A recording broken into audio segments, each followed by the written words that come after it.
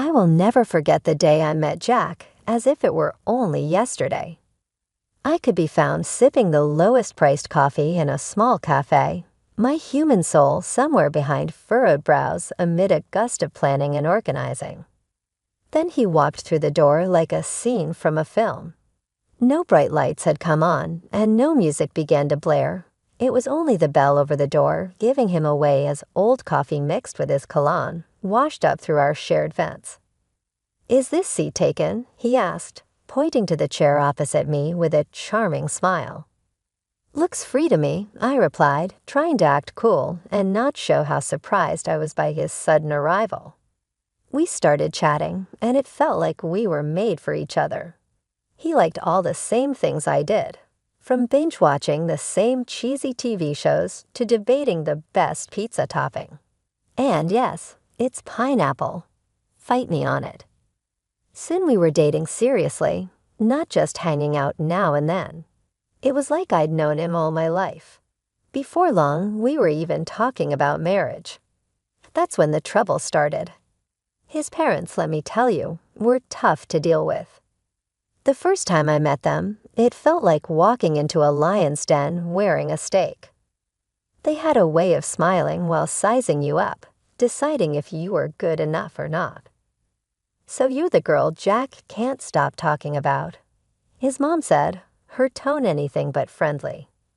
"Guilty as charged," I replied, trying not to let her get to me. They quickly made it clear they wanted us to sign a prenuptial agreement. Now, I'm not after anyone's money, but I didn't like how they approached it. "I'll sign your prenup," I told them, but on one condition.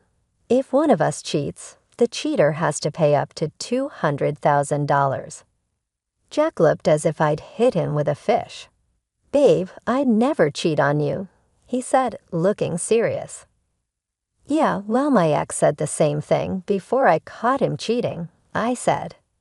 "So it was this deal or nothing." He agreed, and so did his parents, although they looked pretty sour about it. We thought that was the end of that issue, but we were wrong. One evening, we were snuggled up on our old creaky couch.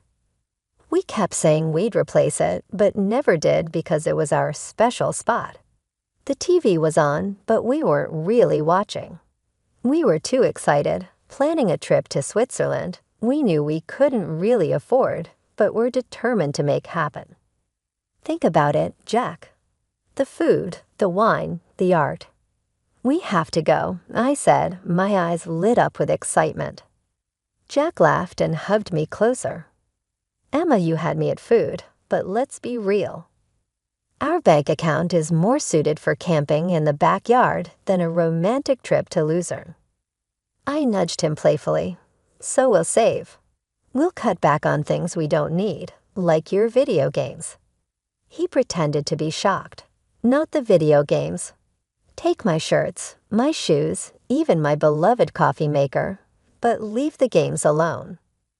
We laughed together. That was typical for us, dreaming big but staying realistic about our simple life. And we were happy. Our joy wasn't just in big adventures, it was in the little things too. Like how Jack would make breakfast on Saturdays. He couldn't really cook, but he had somehow mastered scrambled eggs and toast, which he'd serve with his terrible coffee. I loved those mornings. "Hey, I'm thinking about scrambled eggs today. What do you think?" He'd ask, already heading to the kitchen. "Only if you promise not to burn the toast this time," I'd shout back, adding, "and I'm making the coffee." One day, while we were washing dishes together, a simple task that felt special because we did it together, Jack brought up a topic we had been avoiding. "Emma, we need to talk about, starting a family," he said, breaking the comfortable silence. I paused, holding a plate. "I know, it's just scary, isn't it? What if we can't?" Jack turned to me, drying his hands on a towel. "Then we'll handle it together. But we won't know until we try, right? How hard can it be?" I laughed, feeling a mix of nerves and love. Famous last words, babe. But that's how we were. No matter what came our way, we faced it together. Even when his mom started hinting about wanting grandchildren every chance she got, we managed. Emma, darling, when are you going to give me some grandbabies? You're not getting any younger, you know, she'd say. Her tone was sweet, but her words were sharp. I just bite my tongue, smile, and say, "We're working on it, aren't we, Jack?" And he'd jump in. "Yeah, Mom, give it a rest, will you? These things take time." But as the year went on, the pressure increased. It wasn't just from his mom, but from within us too. We wanted a family, but it wasn't happening as easily as we hoped. Since Sophia found her new hobby of making my life difficult, our home felt like a battleground, her sharp words the main weapon. It all came to a head one Sunday lunch, a day meant to be relaxed and peaceful. Sophia, with her usual timing, dropped by uninvited just as we were about to sit down. The air tensed the moment she walked in, her eyes scanning the room as if she was about to conduct a military inspection.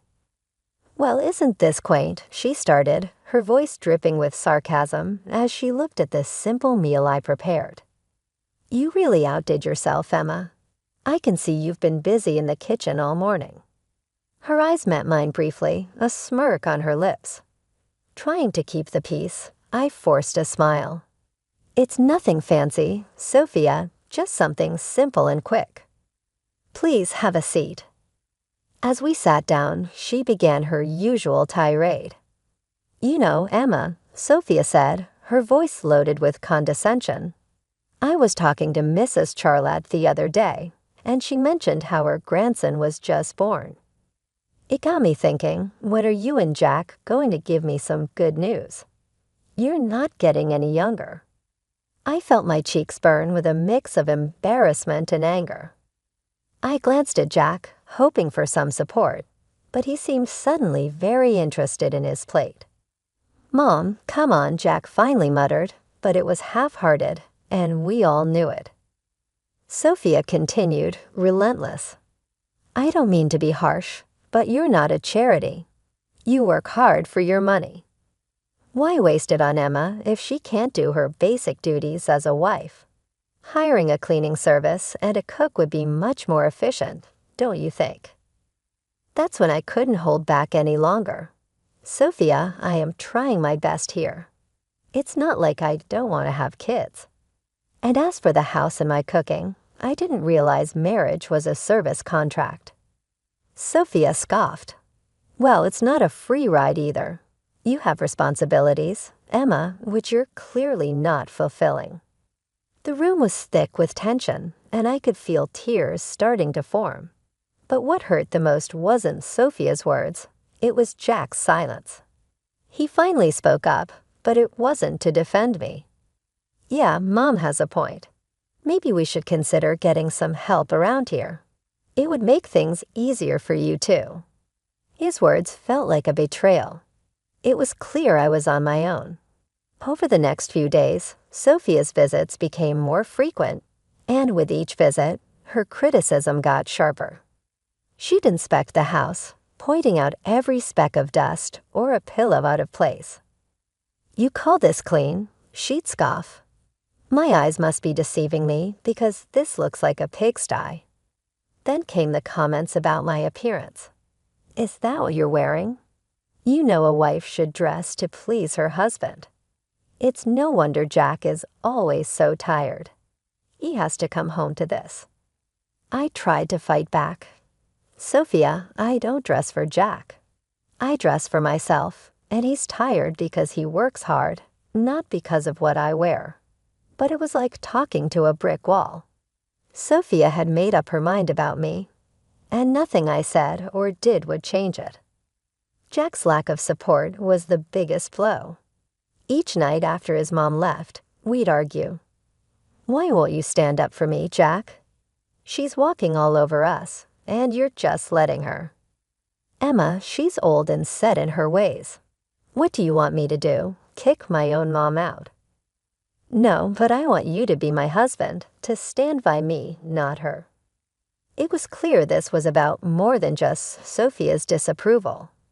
It was about us, our marriage, and whether we were strong enough to stand together or let Sophia's criticisms tear us apart. As the days turned into weeks, I realized this wasn't just a temporary issue. It was a full-on attack, and if we didn't act soon, there might not be anything left to save. Things between me and Jack had been cold since Sophia had intensified her criticisms. But it wasn't just our home life that was under pressure. Jack himself had started acting strange, and it wasn't just because he was stressed at work. It was something more, something that made my stomach turn. It began with phone calls. Jack used to be open about his phone. We didn't keep secrets from each other. But then he started leaving the room. Whenever he got a call, and it was always the same caller ID, Paul Work. One evening, I tried to sound casual and asked, "Who's Paul Work?" Jack flinched, a clear sign he was nervous. "Oh, just a new guy at the office." "Asked a lot of questions," he said, but there was more. Jack, who was never into fashion, suddenly started caring about how he looked. The graphic tees and old jeans were gone, replaced by crisp shirts, slacks, and even cologne. "Since when did you start caring about smelling like a department store?" I joked one morning as I watched him comb his hair in a new style. He just smirked too quickly. Just felt like changing things up. No harm in that, right? And then there were the late nights at work, which became more frequent. "Another long one, babe." I texted, trying not to sound needy. "Sorry, this project is killing me." "Won't be late, I promise," he texted back. But it would be well past midnight before I'd hear his keys in the door. I couldn't shake the feeling that something was wrong. It followed me like a shadow. That's when I decided to hire a private detective. It felt like something from a cheesy TV show, but I had to know for sure. The evidence came in a plain brown envelope. As heartbreaking as it was conclusive. Photos of Jack with another woman, their closeness unmistakable. Caught in moments that shattered our years together. But it was the recording that hurt the most. Their conversations, filled with affection and plans, made it clear they were in love, or at least he was with her. I sat there with the evidence laid out in front of me, feeling a cold realization. This was the proof I might need if we ended up in a tough divorce. The photos captured moments stolen from our life together, and the recorded words betrayed every "I love you" he had ever whispered in my ear. But I kept it all to myself, a painful burden I chose to bear alone. I wasn't ready to confront him, not yet. I needed a plan, a way to handle the collapse of our marriage while keeping my dignity. The following days passed in a blur. Jack kept up his act, and I played the role of the perfect wife, smiling on the outside while breaking inside. Our conversations became a careful dance around the truth, each word measured, every laugh forced. "Everything okay, Em? You've been quiet," Jack would ask, his concerns sounding real. "Yeah, just tired, you know." "Work's been crazy," I'd reply, the lie bitter in my mouth. It was just another ordinary day, or so I thought, until I overheard a conversation that changed everything. I was passing by Jack's office, the door slightly open, when I heard their voices. It was Jack and his mother, Sophia, and they weren't just making small talk. Their tone was serious, full of intent. "I'm telling you, Mom, I can't do this anymore. It's not just about the kids. I've lost all feelings for Emma. It feels like we're roommates, not husband and wife," Jack said, his voice strained and tired. Sophia's response was sharp. "Of course you feel that way. She hasn't given you a child. And what else has she really brought to this marriage? But let's not rush things. My 65th birthday is coming up, and we wouldn't want to miss out on a generous gift from her, would we?" The cynicism in her voice was like a knife twisting in my gut. They were using me, planning to keep me around just long enough to benefit from a generous birthday gift before casting me aside. Exactly, dear. Just bide your time a little longer, Sophia confirmed, her voice dripping with malice. I stood there, frozen, feeling both shocked and angry. They were planning to push me out of the family as easily as making a grocery list. The pain was deep, but it ignited a fierce desire for revenge within me. They thought they could use me and toss me aside when convenient. I was determined to show them that I wasn't just a pawn in their twisted game.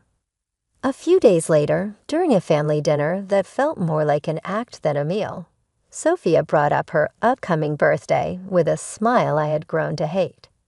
She leaned in and asked, "So, Emma dear, what are you planning for my birthday? Something special, I hope."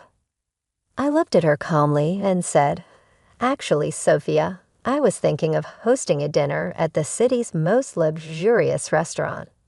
A night you won't forget." Her eyes lit up with greed, and she shared a quick, satisfied glance with Jack. They thought they had cornered me, but they didn't know I was already 2 steps ahead. "Oh, Emma, that sounds delightful. Just close family, you know. Keep it intimate," Sophia said, her voice dripping with fake sweetness. "Of course, Sophia." "It'll be our pleasure," I replied, the words tasting bitter in my mouth. The weeks leading up to Sophia's 65th birthday felt like a slow march to a big showdown. Every smirk from her and every indifferent shrug from Jack strengthened my determination. My plan was simple yet bold: host a lavish dinner as a supposed loving gesture, then drop a huge surprise. Like all good plans, the details were crucial. The night before the party, tension filled our home. Jack, unaware of the brewing storm, lounged casually on the couch, scrolling through his phone. "Everything set for tomorrow?" he asked, not looking up. "You could say that," I replied, my voice hiding the chaos inside. The day arrived, and as guests filled the lavish dining room we had reserved for Sophia's celebration, the air was thick with anticipation. My heart raced, not from nerves, but from the thrill of what was about to happen. Sophia, reveling in the attention, basked in the luxury of her surroundings. "Oh, Emma, you've outdone yourself.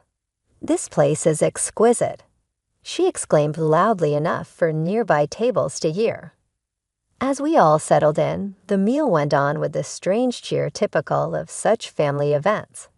Laughs were shared, stories exchanged. Then, as the dessert plates were cleared, the waiter approached with the final act of the evening, the bill.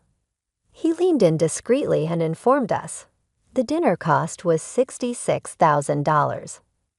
I handed over my credit card, unnoticed by most. Then Jack, with a forced smirk, decided to announce his decision. "Emma, I think it's time everyone knew. I'm tired of this of us. I want a divorce." His words hung in the air like a toxic cloud, silencing the room. Before I could fully grasp what he said, Sophia, sharp and unforgiving, chimed in. "Well then, since that's out in the open, I think it's best you leave, Emma. We're celebrating family tonight, and well, you're no longer part of it." The room fell silent, every eye on me, waiting to see my reaction. But I didn't crumble. With a calm I didn't feel, I stood up, nodded, and walked out without a word. The cool night air felt like a slap as I walked home, the finality of everything hitting me in waves. By the time I reached our old apartment, I had a plan. I packed my essentials, my numbness turning into cold resolve. This was it, the end of one life and the start of another. As I zipped up my last suitcase, my phone began to buzz incessantly. Initially, I ignored it, but curiosity won out. Sophia's voice shrieked from the other end. "Emma, the payment didn't go through. You need to fix this now." The irony was sweet. In my preparations, I had blocked the shared account, knowing it would be the first thing Jack would try to use against me. "Oh, Sophia, that's unfortunate." But since I'm no longer part of the family, as you put it, I'm afraid you'll have to sort this out yourself." Her outrage was palpable, even through the phone, but it sounded like music to my ears. The chaos that unfolded was a fitting end to the farce my marriage had become. I heard through the grapevine about the restaurant staff demanding payment, Sophia's escalating tantrums, and eventually the police arriving to calm the situation she caused. In the end, it was Jack and his relatives who had to scrape together the money to settle the bill. A poetic justice for the betrayal and humiliation they had put me through. The morning after dinner felt like waking up after a storm. I had my plan, my resolve, and a set of divorce papers in my hand as I returned to what used to be our shared home for the last time. As soon as I walked through the door, the air was thick with tension, like it could be cut with a knife. Jack and Sophia were there, and they seemed like they had been arguing. Seeing me seemed to unite them in anger. "You've got some nerve showing up here after last night," Jack said, his face a mix of anger and disbelief. Sophia, quick to add her own harsh words, called out, "Ungrateful wretch. You've embarrassed us in front of the whole city. Do you know how humiliating it was to have the police call me down? People were laughing, filming. I met their fury with a calm I didn't feel. Embarrassed. You think that's your biggest problem right now." I tossed the divorce papers on the table, placing the photos of Jack's infidelity on top. "You should be more worried about this." Jack's face went pale as he picked up the photos, with his mother looking over his shoulder. Their anger turned to shock, and then to panic as they realized what I had. "And let's not forget the payout, shall we?" I continued, my voice steady. "You cheat, you pay. $200,000 to be exact." Sophia's face twisted into a snarl. "You wouldn't dare. You can't do this to us." "Oh, but I can. And I will," I replied, my tone cold and final. Realizing the seriousness of the situation, Jack changed his approach. "Please, Emma, let's talk about this. We can fix it." I couldn't help but laugh, bitter and hard. "Fix it? You think you can just undo everything with a few words?" "No, Jack, it's done." Sophia, ever the manipulator, tried to soften her approach. Her voice full of fake concern, she said, "Emma, darling, think about what you're doing. This will ruin us." "That ship has sailed, Sophia. You should have thought about that before." Their begging turned to pleading, their words a desperate scramble to salvage what they could. But my mind was made up. I was done being the victim, done with their lies and manipulations. In the end, Jack had no choice but to borrow the money from his parents to pay me. As I left that house for the last time, check in hand, I felt a weight lift off my shoulders. After everything that had happened, I was finally free. I used the money from Jack to make a down payment on a small but cozy place of my own. It's amazing how much peace you can find in a home that's all yours, where every corner feels like a safe haven from the chaos of the past. Life is quieter now, and I prefer it that way. I've got a job that keeps me busy, friendly neighbors who nod and smile, and a little garden that's all mine to take care of. But every now and then, I hear some gossip about Jack and Sophia. Just the other day, I was getting coffee from the local spot where people gather, and I bumped into someone from the old neighborhood. After some small talk, they leaned in, lowered their voice, and said, "Hey, have you heard the latest drama with your ex and his mom?" Their eyes were shining with excitement. I raised an eyebrow, curious yet detached. Can't say that I have. Do tell. They seem to enjoy sharing the news. It seems Sophia isn't too happy with Jack's new girlfriend. Word is, they're fighting like cats and dogs. Makes your situation look like a walk in the park. We moved on from the topic, but as I walked away with my coffee, I felt a deep sense of relief. There was a time when news like this would have upset me, but now it's just another piece of someone else's story. These days, my biggest concerns are whether my tomatoes will ripen before the squirrels get to them, or if I'll ever manage yoga without looking like a newborn deer on ice. Life's simpler, quieter, and so much sweeter on this side of chaos.